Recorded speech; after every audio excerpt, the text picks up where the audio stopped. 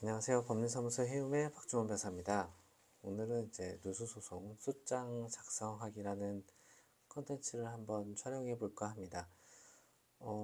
이 영상은 이제 제 얼굴이 나오는 게 아니라 이렇게 이제 문서를 실제로 작성하는 모습을 좀 보여주면서 얘기를 해야 될 것 같습니다. 아무래도 이제 말로만 설명하는 것보다 실제로 이런 화면을 보여주면서 설명을 드리는 게 조금 더 이해가 편할 것 같다라고 생각을 하기 때문인데요. 이제 그러다 보니까 이제 편집 없이 좀 얘기를 해야 될 것 같고, 영상이 좀 다소 길어질 수도 있을 것 같습니다. 그런데 이 영상이 좀 필요할 거라는 생각을 좀 하거든요. 이제 왜냐하면 이제 누수소송 같은 경우에는 뭐 물론 뭐 2천만 원, 3천만 원 이렇게 이제 소송 금액도 조금씩 커지는 사건들도 있고 뭐 여러 가지 다른 이유도 있긴 하지만 또 굉장히 좀 피해가 좀 그렇게 크지 않은데 상대방이 인정하지 않아서 부득이하게 개인적으로 소송을 준비하는 경우들도 있는데요.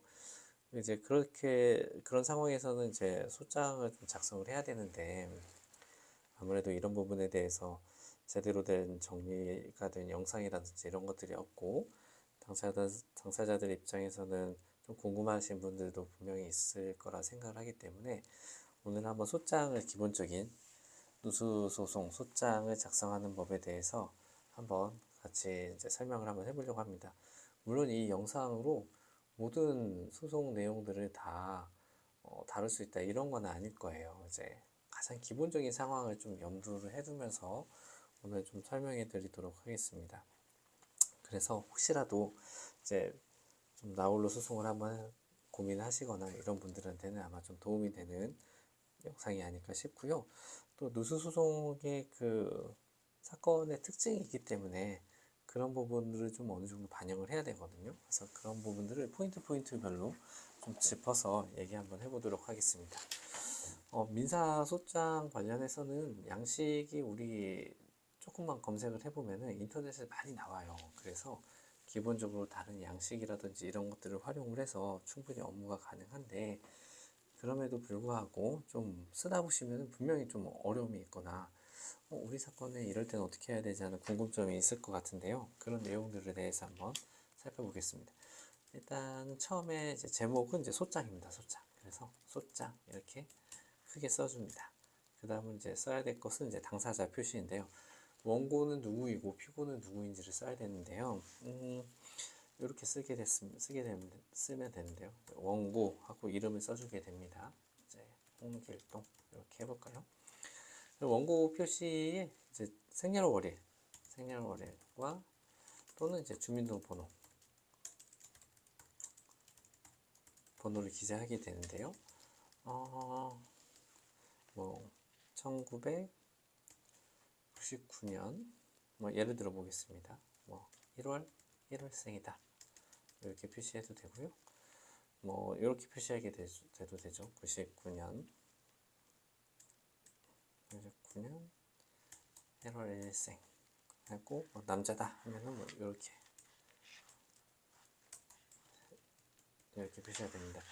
요새는 이제 아마도 전자소송 사이트에 주민등록번호를 기재를 하더라도 개인정보 때문에 주민등록 뒷자리가 기본적으로 이제 블라인드 처리가 되는 걸로 알고는 있는데요. 이렇게 이제 생년월일이나 주민등록번호를 표시하게 되고요. 그 다음에 이제 원고의 주소를 표시하게 되는데요. 여기 밑에다 쓰게 됩니다. 인천, 예를 들어 보겠습니다. 인천, 연수구, 랜드, 저희 주소 회사로 해보죠. 인천 타워대로 323, 센트로드 A동 1902호이다. 인데, 이 주소가 어떤 분들은 실제로 누수 피해가 살고 계시는 곳에 거주하고 있을 수도 있고, 어떤 분들은 이제 피해가 발생한 부동산에 세를 주시고 따로 거주하시는 경우도 있을 수 있거든요. 그러면은 실제 거주하는 주소를 일단은 기준으로 하게 됩니다. 실제 거주 주소. 그러니까 누수 피해가 발생한 부동산에 대한 주소는 나중에 쓸 거고요. 실제로 원고가 되시는 분이 어디 사는지에 대해서 표시를 해주시면 됩니다. 만약에 우리 집 명의가 두 사람이다 하면 이제 두 명을 써줘야 되거든요. 그래서 원고가 이제 홍길동이 누수 피해 발생 부동산을 혼자서 단독 소유하고 있다면 홍길동 혼자만 써주면 되겠고요. 만약에 이제 배우자랑 함께 이제 소유하고 있다 그러면은 김국분 뭐 이것도 이제 가상으로 쓰겠습니다. 다시 뭐이 땡땡땡땡땡땡 이렇게 이제 되겠죠. 그래서 소유자가 몇 명인지에 따라서 원고가 보통은 이제 한 명이냐, 두 명이냐, 뭐 세 명, 네 명도 될 수 있겠죠. 공유자가 많으면은. 하지만 보통 저희가 이제 업무하다 보니까 단독 소유시거나 아니면 이제 배우자와 함께 소유하는 경우가 보통이거든요. 그러면 이제 단독 소유일 때는 한 분만 기재를 해주시면 되고 공동으로 소유하고 있다. 그럴 경우에는 이렇게 두 분을 이제 당사자로 표시해 주시면 되고요. 주소 역시도 두 사람이 함께 거주하고 있으면요. 이렇게 첫 번째 한번 써주고 두 번째 이름 바로 써주시고 그 다음에 주소를 한꺼번에 써줘도 상관없습니다. 원고들 주소 이렇게 이제 표시하셔도 되거든요. 근데 원고들이 같이 소유하고 있는데 따로따로 살고 있다. 그러면은 이제 각각 표시를 해주셔야 되겠죠. 이렇게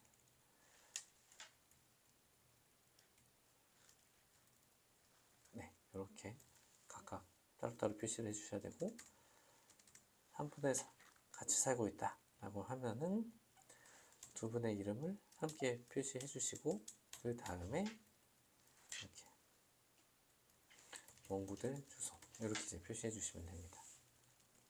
자, 여기서는 아까 말씀드렸지만 이제 누수 피해 부동산에 살고 계시면은 누수 피해 부동산을 써주시면 되는데 그렇지 않다면 실제 거주 주소를 써주시면 됩니다. 그 다음에 이제 피고를 표시할 건데요. 피고는 보통 윗집의 이제 소유자를 잡게 되는데요. 사실 피고부터는 좀 고민이 많을 수 있습니다. 피고가 될 수 있는 사람은 우리 가상의 사건을 좀 설정을 해본다면 윗집에서 물이 떨어지는 사건이었다. 그런데 윗집이 이제 혼자 소유자가 이제 살고 있는 곳이다. 라고 한다면 이제 소유자를 기재를 할 겁니다. 피고 1 경우의 수를 나눠보겠습니다. 피고 윗집에 소유자가 살고 있는 경우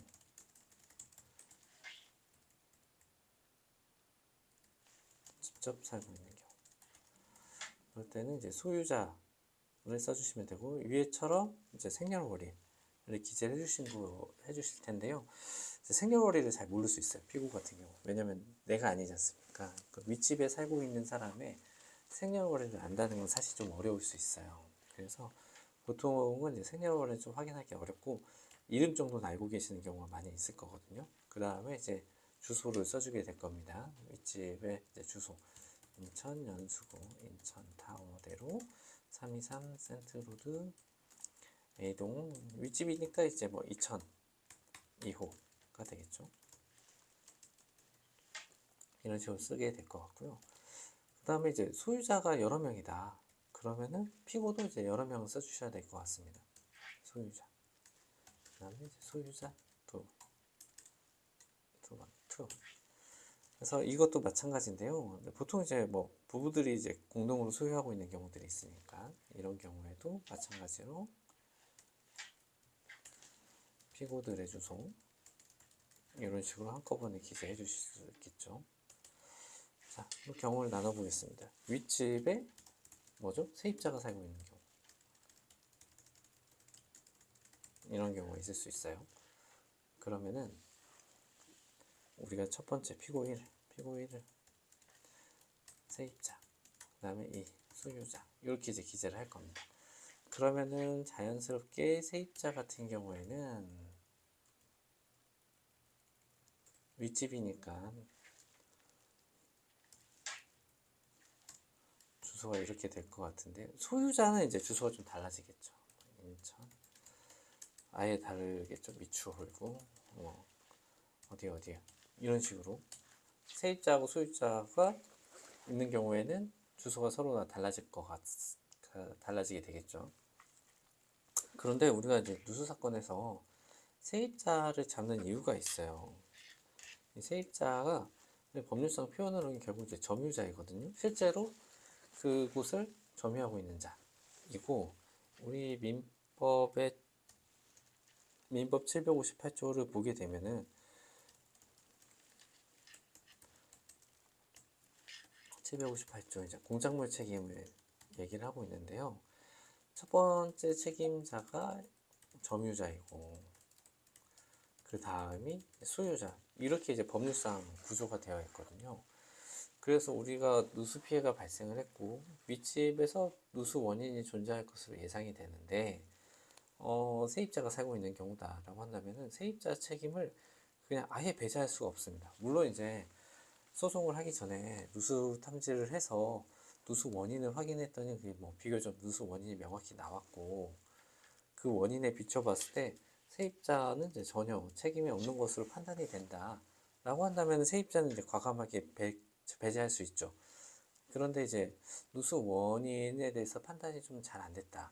그리고 이 원인, 누수가 발생하는 데 있어서 세입자도 일말의 책임이 있을 수도 있겠다라는 가능성이 있으면은 세입자를 배제하지 않습니다. 그리고 이제 피고를 이렇게 세입자, 소유자 두 사람을 다 같이 잡게 될 거예요. 그 다음에 이런 경우가 이제 또 세 번째로 흔한 경우가 이런 거죠. 누수 원인이 이제 공용 부분에 있을 가능성. 우리가 이제 아파트라고 생각을 해보면은, 누수 원인이 이제 윗집 전유 부분에 있을 수도 있지만 외벽이라든지 옥상 이런 데서 누수 원인이 존재할 가능성도 있거든요. 그럴 경우에 이제 우리 공용 부분에 대한 책임을 부담을 해야 되는데, 자, 피고를 누구를 잡아야 될까요? 일단은 우리가 보통 저 같은 경우는 이렇게 합니다. 이제 일단은 윗집 소유자를 한번 잡게 됩니다. 이제 윗집에 책임이 있을 가능성도 염두에 두고 이렇게 이제 윗집 소유자를 잡게 되고요. 그 다음에 이제 입주자 대표 회의를 이제 피고로 잡게 됩니다. 이게 바로 공용 부분에 대한 책임 당사자가 되겠죠. 그런데 뭐 가끔 제가 이제 업무하다가 보면은 우리 당사자분들께서 개인적으로 이제 소송을 이제 수행을 하시다가 중간에 좀 어려움을 느끼시고 저한테 업무를 의뢰해 주시는 경우들이 있는데, 이 입주자 대표 회의를 지정을 안 하고 뭐, 뭐 땡땡 아파트 뭐 관리사무소장 뭐 이런 식으로 이제 당사자를 특정하는 경우가 있거든요. 그러니까 이제 그렇게 쓰시는 이유는 알아요. 아무래도 공용 부분이고 아파트 관리를 관리사무소장님이 주체적으로 업무를 하기 때문에 공용 부분에 대한 책임이 관리소장한테 있다라고 생각하시는 경우들도 있거든요. 근데 실제로는 그렇지는 않습니다. 그러니까 우리 아파트 같은 경우에는 이제 공동주택이고, 이 경우에는 우리 법령에 따라서 입주자 대표 회의가 공용 부분에 대한 책임 주체입니다. 그런데 우리 입주자 대표 회의는 누가 어떻게 구성이 되죠? 우리 대부분 이제 동대표들이 입주자 대표 회의의 구성원이 되게 되고, 동대표들은 사실 결국은 그 아파트에 살고 있는 입주민들이잖아요. 이제 아무래도 뭐 생업 때문에 바쁘시고 그 입주자 대표 회의 몇 명이서 모든 아파트의 관리 부분, 공용 부분 이런 것들 다 관리할 수가 없겠죠. 그래서 입주자 대표 회의의 업무를 실제로는 관리사무소에서 이걸 이제 실행을 하는 거죠. 그러니까 책임의 주체는 입주자 대표 회의고, 그 업무를 이제 현실적으로 실행하는 건 이제 관리사무소 소장님을 비롯한 직원 또는 이제 관리 업체가 되는 거죠. 그래서 우리가 법적인 책임을 부담을 시킬 때는 이 관리사무소를 제외를 하고 입주자 대표 회의를 당사자로 표시하게 됩니다. 입주자 대표 회의의 법률적인 성격은 이제 비법인 사단이기 때문에 우리가 입주자 대표 회의를 당사자로 표시하게 되면은 뭐 법원 입장에서는 실제로 이런 입주자 대표 회의가 존재하는지에 대해서 입증을 해라 이렇게 하면서 보정명령을 내리는 경우들이 있거든요. 그럴 때 우리가 이제 활용하는 것이, 우리 관리사무소에 가게 되면은 입주자 대표 회의의 사업자 등록증 또는 고유번호증이라는 게 있거든요. 그러니까 입주자 대표 회의 같은 경우에도 이제 세금 처리를 하기 위해서 이제 사업자 등록증이나 이제 고유번호증 같은 거 이제 부여를 받아서 업무를 하는 경우들이 보통 대부분입니다. 그래서 이 관리사무소에 가셔서 사업자 등록증 또는 이제 고유번호증에 대해서 사본을 좀 발급을 요청하시면은 웬만하면 해줍니다. 거기에 보면은 이제 뭐 등록번호라든지 이런 것들이 나와 있으니까 그걸 통해서 입주자 대표 회의를 특정을 할 수 있고, 입주자 대표 회의 대표자의 성함을 확인할 수 있습니다. 홍길동 이렇게까지 기재를 해주셔야 됩니다. 보통은 이제 땡땡 아파트 입주자 대표 회의 대표자 홍길동 이렇게 이제 마무리가 되겠죠. 그런데 입주자 대표 회의 이 사업자 등록증이나 고유 번호증을 발급받기 위해서 이제 관리사무소에 가면은 좀 잘 안 해주시는 경우들도 있어요. 이게 왜냐면은 우리가 지금 이 사건을 진행하는 게 이제 누수 사건이잖아요. 그러니까 이미 관리사무소나 이런 데 통해서 우리가 여러 번 누수 피해에 대해서 호소도 하고 책임도 좀 처리 좀 해달라고 여러 번 방문했을 거거든요. 그래서 관리소장이나 직원분들이 우리가 방문을 하게 되면은 왜 왔지? 이 사람 뭐 하려고 왔지? 약간 의심의 눈으로 저희를 바라보게 됩니다. 그래서 사업자 등록증이나 고유번호증 좀 사본을 발급받고 싶습니다라고 하면은 왜 필요한데요? 막 이런 식으로 의심을 하거든요. 그래서 이제 그런 경우는 좀 발급이 좀 어려울 수도 있는데, 이제 뭐 그럴 때는 이제 약간 좀 둘러대는 겁니다. 저희가 뭐 이번에 좀 세금 처리를 하려고 하는데요. 뭐 세무사님이 좀 자료가 필요하다고 하네요. 뭐 이런 식으로 사실은 뭐 아무 관련이 없지만 그래도 이렇게 이제 얘기를 한번 해보는 거죠. 이렇게 해서 우리가 이제 피고 특정을 한번 해봤는데요. 결국은 이제 좀 한 가지로 정리를 하자면은 제일 많이 쓰는 유형은 결국 이거거든요. 공용 부분, 윗집의 전유 부분과 공용 부분이 있을 가능성이 모두 존재하는 사건들이 제일 많고, 그런 경우에는 청구 취지는 이런 식으로 정리되는 경우가 많습니다. 피고 1, 윗집 소유자.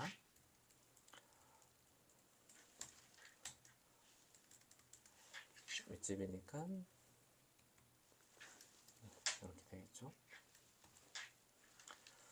그 다음에 땡땡 아파트 입주자 대표회의 대표자 홍길동. 이 경우에도 이제 주소가 당연히 이제 나오게 됩니다. 그러면은 보통 아파트 입주자 대표 회의 주소는 대표자님의 이제 주소를 알 수는 없기 때문에 인천 타워대로 313 송도 센트로드 관리사무소 이렇게까지 보통 이제 기재하게 되죠. 이제 이런 경우가 이제 가장 많은 케이스고요. 아까처럼 만약에 이제 세입자의 책임도 좀 문제가 된다라고 했을 때는 이제 이렇게 윗집 세입자, 윗집 소유자, 그 다음에 입주자 대표 회의 이렇게까지 3명까지도 좀 늘어날 수 있겠죠. 어쨌든 제일 많은 유형은 소유자, 윗집 소유자와 입주자 대표 회의까지를 집어넣는 피고가 2명이 당사자가 되는 경우가 제일 많고요. 이렇게 해서 이제 원고와 피고 표시를 끝냈으면은 저희가 이제 청구 취지를 써야 됩니다. 그 다음에 이제 너무 잘 아시겠죠? 청구 취지라는 표시를 하고 해야 되고요. 뭐 이게 뭐 법률적인 것은 아니지만 보통 우리 소장을 작성할 때는 이런 식으로 청구 취지와 같이 뭔가 이제 법률상 좀 중요 내용들이지 않습니까? 청구 취지, 청구 원인 이런 것들이 소장에 포함되어 있는 기본 요소에 되는데, 이걸 표시할 때는 가운데 정렬을 해주는 편인 것 같습니다. 이게 뭐 꼭 이래야 된다는 이런 건 아니에요. 이렇게 하면 조금 더 보기 좋죠. 그래서 우리 누수 사건의 청구 취지 가장 기본적인 거는 결국 이제 우리 수리 비용을 달라는 거지 않습니까? 그래서 피고는 원고에게 돈 100만 원을 지급하라.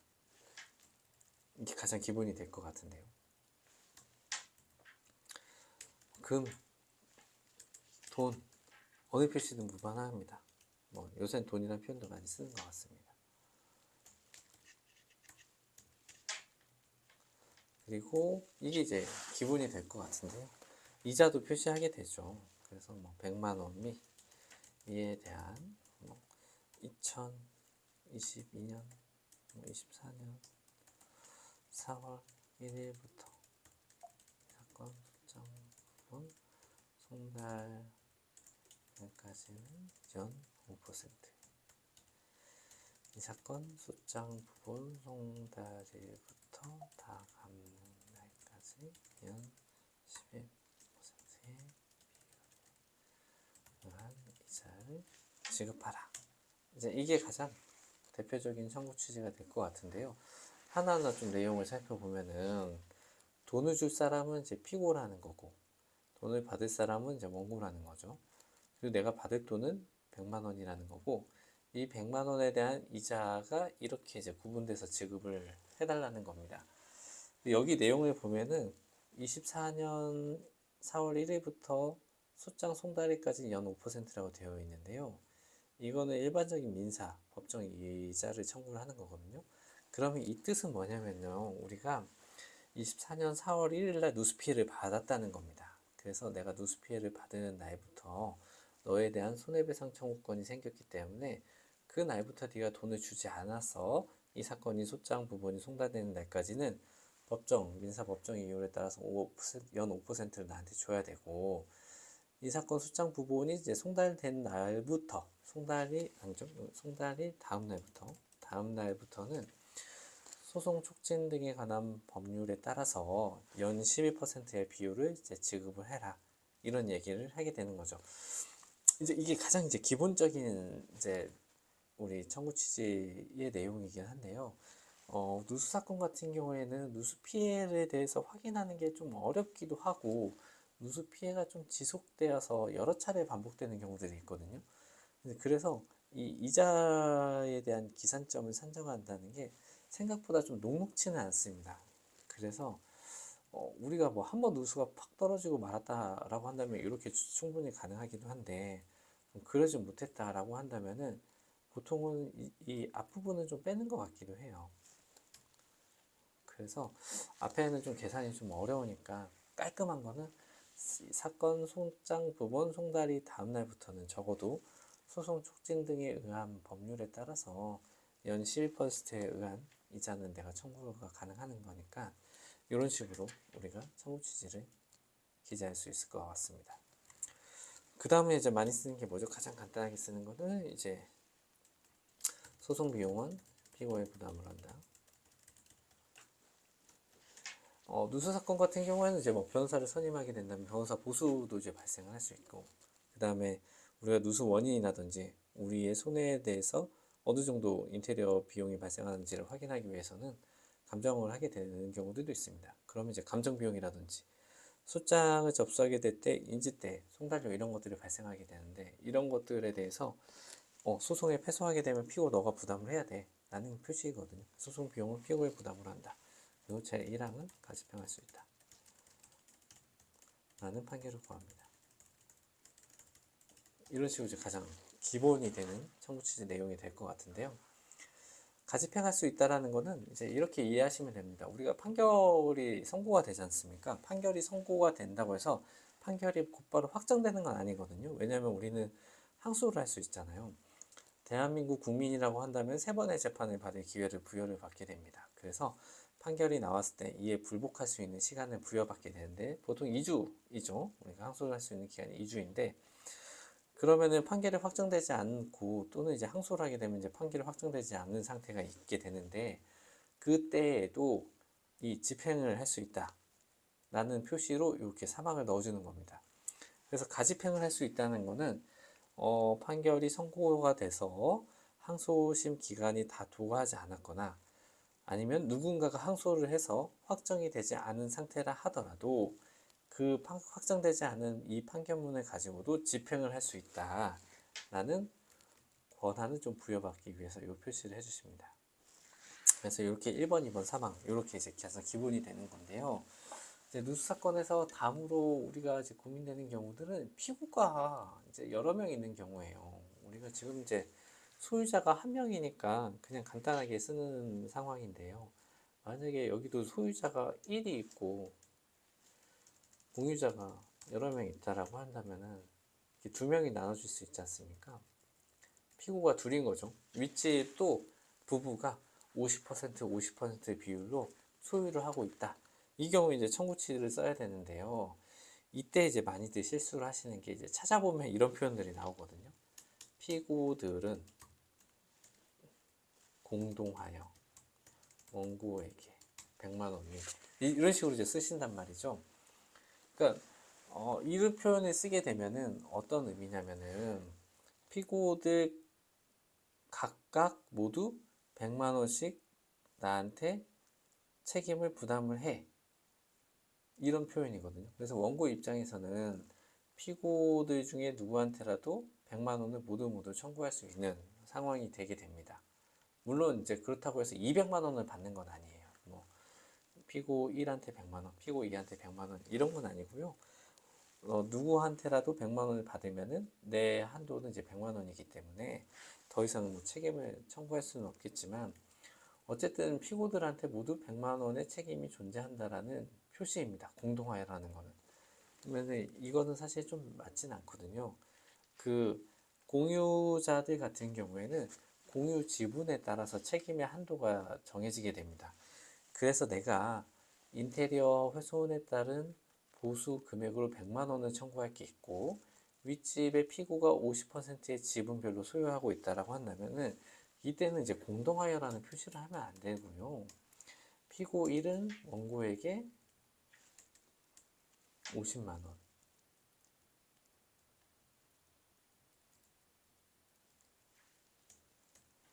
그리고 피고 2도 원고에게 50만 원. 및 이 사건 소장본 송달료부터 이렇게 이제 나가야 될 것 같습니다. 나가야 됩니다. 그러니까 이때는 공동하여를 쓰는 게 아닙니다. 피고들이 50%의 지분으로 소유를 하고 있다고 한다면 공동하여로 쓰는 게 아니라 각 내가 받을 수 있는 금액의 2분의 1씩을 피고들한테 정확히 표시를 해주셔야 돼요. 만약에 이제 공동하여로 하게 되면요. 지금 같은 상황에서는 비교를 해보면은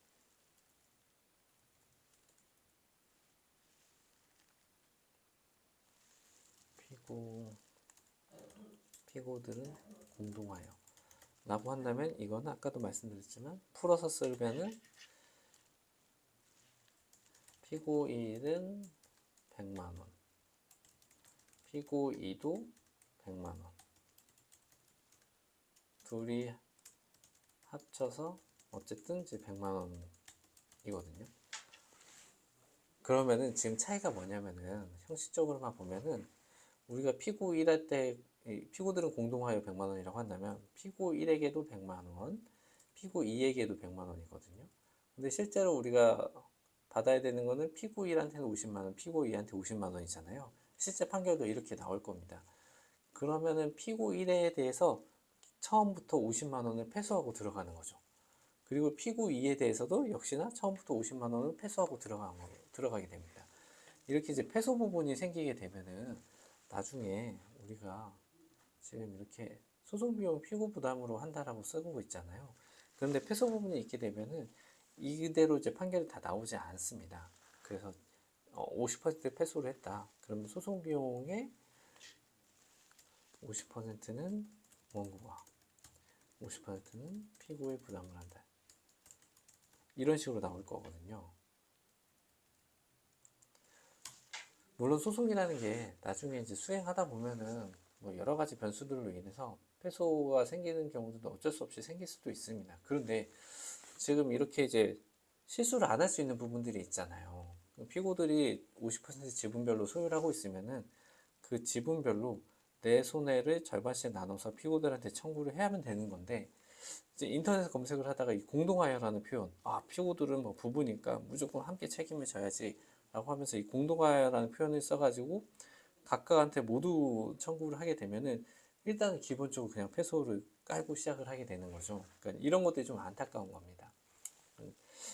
이걸 이제 변호사의 조력이라든지 이런 걸 받지 않고 당사자분들이 인터넷 검색이라든지 인터넷에 이제 나와 있는 내용들을 가지고 하게 되면은 이런 실수들을 좀 하시는 걸 제가 보거든요.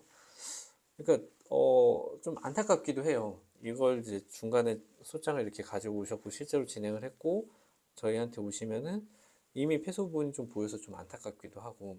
그런데 또 반대로 이제 저희가 이제 피고를 대리하는 경우들이 있는데 원고가 이렇게 소장을 잘못 써가지고 우리는 이제 우리 피고들, 우리 의뢰인들은 지분별로 소유를 하고 있는데 공동하여 왔네? 또 금액도 상당하게 오게 되면은 일단은 우리가 좀 어느 정도 승소 부분을 갖고 들어가게 되니까 시작부터 좀 이기고 들어가는 게임이 되게 되는 거죠. 그래서 이런 부분들에 대해서 표현을 좀 잘 써주셔야 될 것 같습니다. 그 청구 취지에 대해서 조금 얘기할 게 더 많은데요. 영상이 너무 길어지고 있으니까 한번 좀 끊어서 가도록 하겠습니다.